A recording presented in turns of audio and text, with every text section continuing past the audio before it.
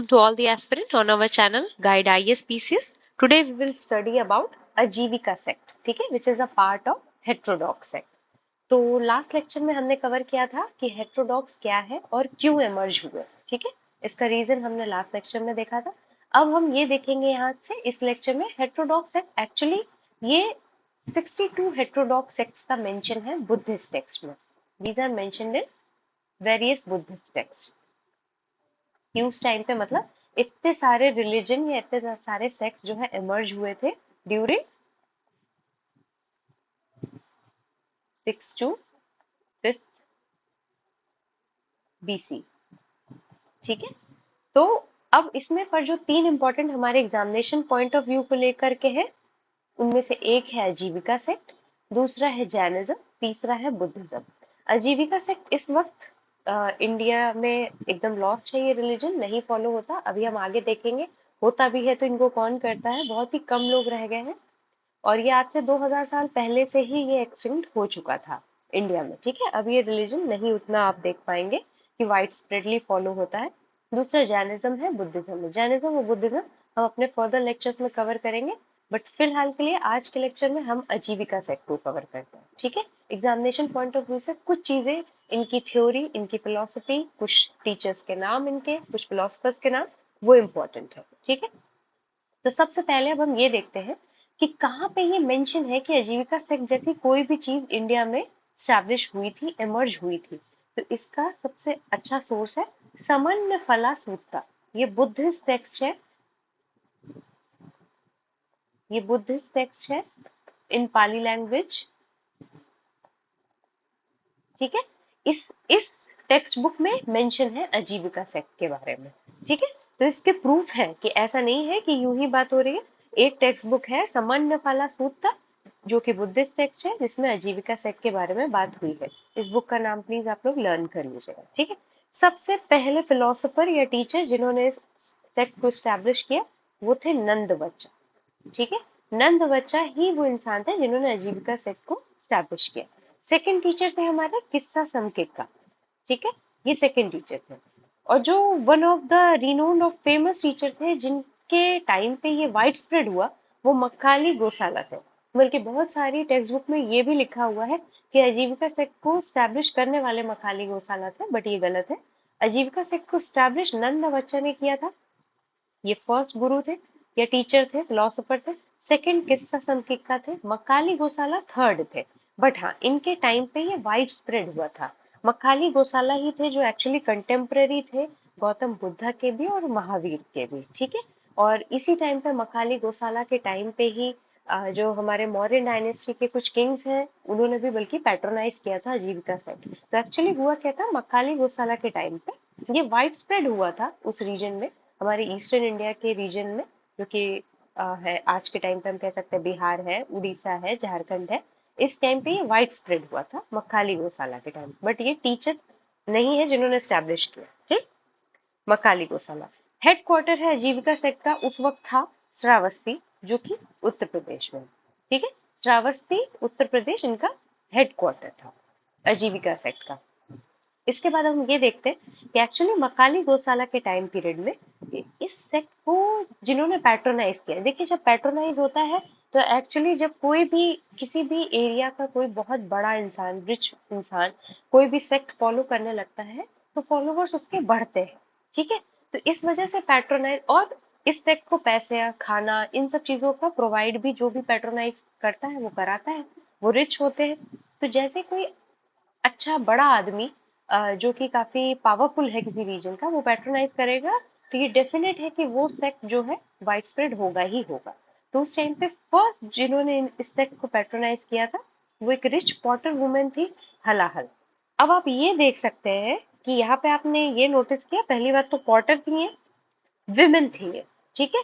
तो ये दोनों ना तो इन ये जो सेक्शन है ये डाउन ट्रोडन था,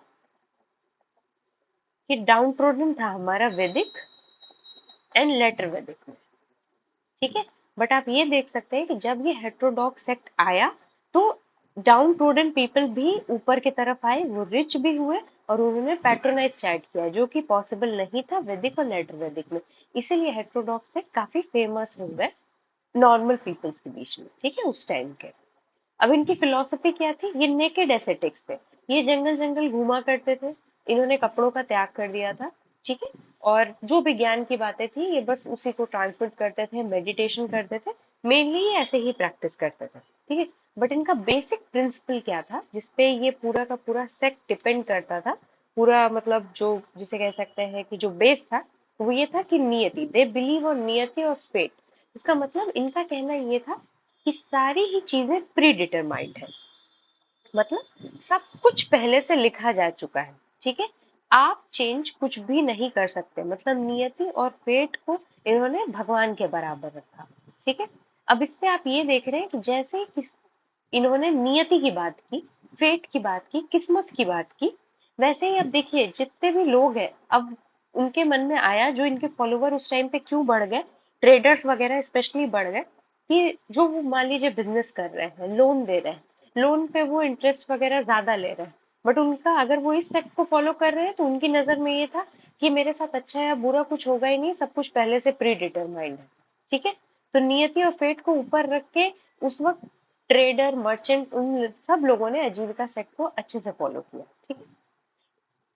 ऊपर मकाली गोसाला के अलावा दो और इम्पोर्टेंट टीचर्स थे, पुराना कस्सपा एंड पखुदा कच्चेना। ये दोनों काफी इंपॉर्टेंट टीचर थे, इन दोनों की थ्योरी इंपॉर्टेंट है, इनके नाम याद रखिए। एग्जाम में चूंकि मकाली गोसाला का नाम आ चुका है एग्जामिनेशन में, तो अब हो सकता है क्वेश्चन ऐसे बने कि पुराना कस्सपा, पखुदा कच्चेना, ये दोनों जो टीचर है या फिलोसफर है किस सेक्ट से रिलेट करते हैं? तो दे वर रिलेटेड टू दिस आजीविका सेक्ट, ओके। अब पुराना कस्सपा ने क्या थ्योरी दी थी? पुराना कस्सपा ने थ्योरी ये दी थी कि actions did not have any merit और demerit. It means human actions की बात हो रही है कि आपके कोई भी एक्शन का मेरिट या डीमेरिट नहीं है। मीन आप कुछ भी अच्छा काम करते हैं या कुछ भी बुरा काम करते हैं, इससे आपके आगे आने वाली लाइफ में कोई फर्क नहीं पड़ेगा। क्यों? क्योंकि पहले से ही सब कुछ प्री डिटरमिन्ड है। ये पुराना कस्सपा का कहना था, ठीक है। इन्होंने क्या बताया, क्या तरीका हो सकता है लिबरेशन का? Non action. Non action means बहुत ज्यादा कुछ काम करने की ही जरूरत नहीं है, आप एसेटिक लाइफ जिए, ठीक है। इससे आप लिबरेशन की तरफ जा सकते हैं। अदरवाइज अगर आपको लिबरेशन नहीं है, मतलब की तरफ नहीं जाना, तो भी कोई टेंशन नहीं है, आप आराम से सेक्ट को लोग फॉलो कर सकते थे, क्योंकि इनकी कुछ और चीजें आगे अभी हम देखेंगे। उसको फॉलो करके तो काफी सारे फॉलोवर उस टाइम पे हो गए थे, क्योंकि कितना ही सिंपल है। कहाँ वैदिक फेज में आपको रिचुअल्स फॉलो करने हैं, विद इन शूद्र वुमेन ये सब टेक्स्ट बुक पढ़ भी नहीं सकते हैं। बहुत ही रिजिड रूल्स थे उस वक्त के, वैदिक फेज के। पर इसमें आजीविका सेक्ट से देखिए सब कुछ कितना इजी है, कोई भी रूल्स रेगुलेशन नहीं है एज सच, ठीक है। बस नियति और फेट पे सब कुछ छोड़ दीजिए, ठीक। तो actions did not have any merit और डीमेरिट, ऐसा पुराना कस्सपा का कहना था।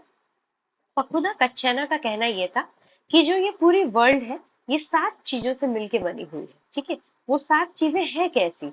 वो अनमेड है, इरिड्यूसिबल है, डिड नॉट इंटरैक्ट है, स्टेबल। मतलब वो जो भी 7 चीजें हैं, वो ना तो आप फिर से बना सकते हैं, ना तो उनको बढ़ा सकते हैं, ना रिड्यूस कर सकते हैं, ना वो आपस में इंटरैक्ट करेंगी, वो बहुत ही स्टेबल है। ऐसे करके इस तरह की 7, एक्चुअली 7 चीजों से बने। इन्होंने उस सातों की प्रॉपर्टी बता दी थी, वो 7 क्या है वो इन्होंने ऐसा सच कुछ भी मेंशन नहीं किया था, पक्कुदा कच्चा नाम, ठीक है। अब हम आगे देखते हैं। अब आप इनकी थ्योरी से ही आप देख सकते हैं कि सिंस इतनी इजी है कि इसको काफी मतलब लोगों ने फॉलो किया था। इसके डिसाइपल जो है काफी रिच थे, पॉटर्स थे, बैंकर्स थे, ठीक है। अब नेक्स्ट जो इम्पोर्टेंट टीचर है वो है अजीत केस काम्बले। ये मक्काली गोशाला, ये इन्हीं दो की वजह से हम ये कह सकते हैं कि ये सेक्ट काफी काफी ज्यादा वाइड स्प्रेड हुआ। तो ये जो one of the most renowned teacher है वो अजीत केस काम्बले ने ये मटेरियलिस्टिक की थ्योरी लेकर आए। यानी इंडियन सब कॉन्टिनेंट में मटेरियलिस्ट कल्चर की बात अजीत केस काम्बलिन ने सबसे पहले की थी। और एक और है, इनके बारे में हम आगे कभी पढ़ेंगे जब फिलोसफी पढ़ेंगे, चरवाका। तो अजीत केस काम्बलिन और चरवाका, ये चरवाका जो है ये लोकयत फिलोसफी को मानते हैं। इसके बारे में डिटेल हम आगे करेंगे, पर ये चरवाका लोकयत फिलोसफी को मानते हैं और ये भी मटेरियलिस्टिक ही थे। अब मटेरियलिस्टिक का मतलब क्या होता है? मटेरियलिस्ट का मतलब ये होता है, ये लोग इस चीज को मानते हैं कि दुनिया में जो जो भी चीजें हैं प्रेजेंट है, फॉर एग्जाम्पल खाना है, ठीक है, घी है, ये सब है, ये सारी चीजें मतलब अगर आपके लिए बनी है तो आपको इसका इंजॉय करना चाहिए। ऐसा नहीं है कि आप भूखे रह के आप तप कर रहे हैं, इन सब चीजों से कुछ भी नहीं होगा।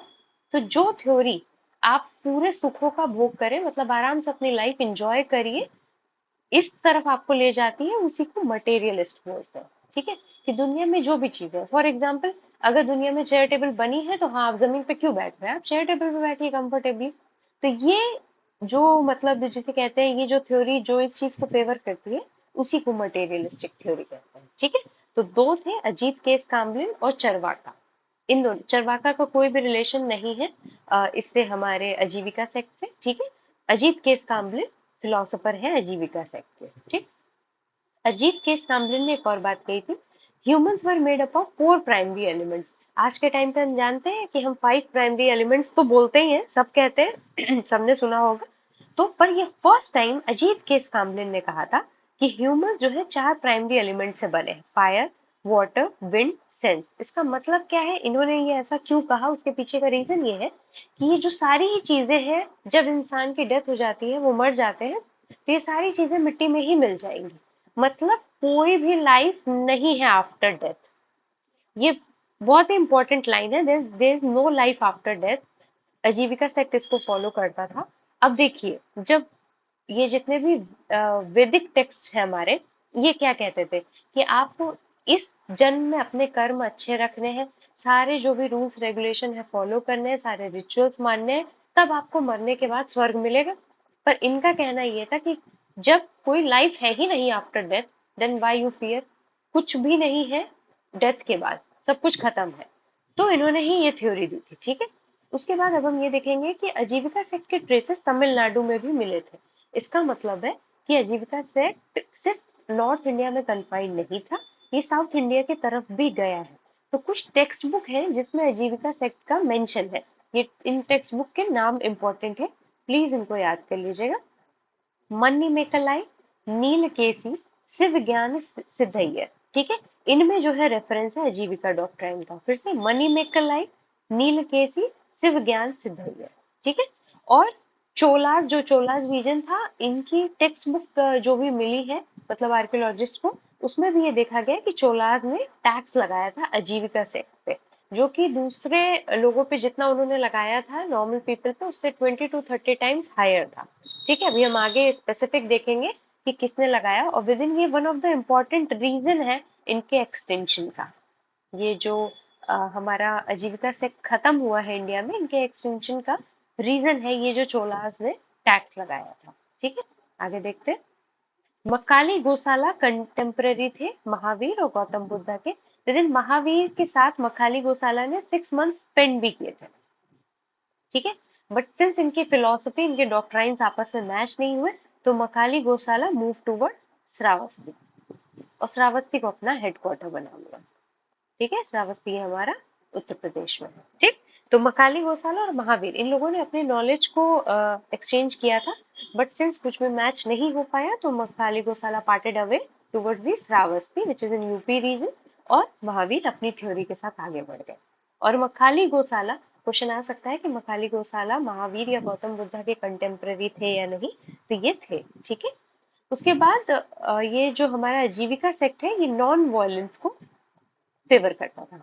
अब आप समझ सकते हैं, नॉन वायलेंस को फेवर करता था, तो फार्मर्स वगैरह भी इनकी तरफ अट्रैक्ट होंगे। क्यों नॉन वायलेंस को फेवर कर रहा है, इसका मतलब कैटल्स वगैरह की सैक्रिफाइस की कोई जरूरत नहीं है इस सेक्ट को फॉलो करने में। ठीक है, इसके बाद बिंदुसार, ये हमारे अशोका द ग्रेट के फादर थे, और मौर्यन किंगडम में किंग थे। ठीक है, मौर्यन किंगडम के किंग थे, अशोका के फादर थे। इन्होंने पैट्रोनाइज किया था मगध रीजन में,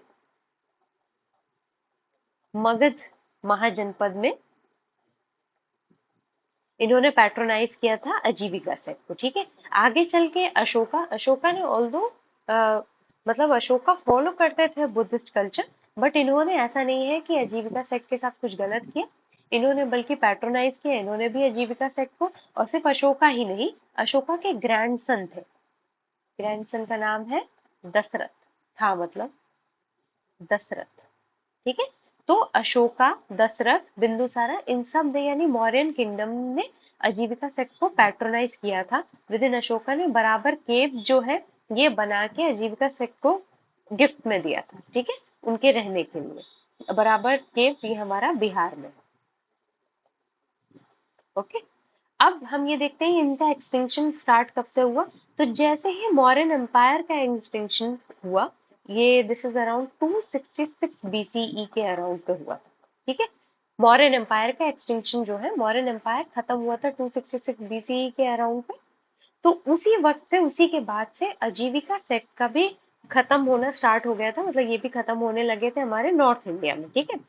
और साउथ इंडिया में 13th सेंचुरी सीई में राज राजा थ्री, जो कि ये चोला किंगडम, चोला राजा थे, चोला किंगडम के राजा थे, राजा राजा थ्री, इन्होंने 13th सेंचुरी सीई में इम्पोज किया one of the highest taxes, जो कि 200 से 20 to 30 टाइम्स हाइयर था ऑन आजीविका।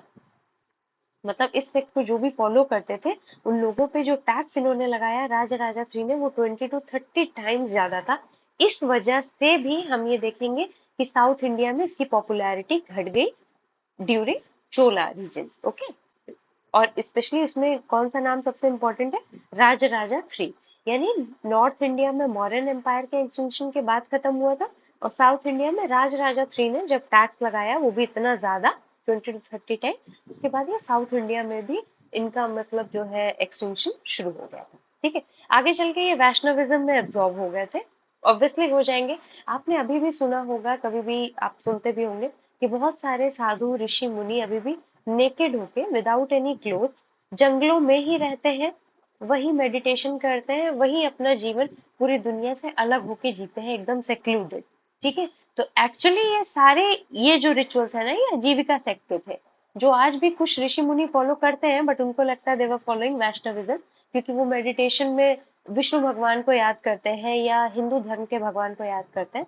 बट एक्चुअली इसकी शुरुआत हुई थी आजीविका सेक्ट से, ठीक है।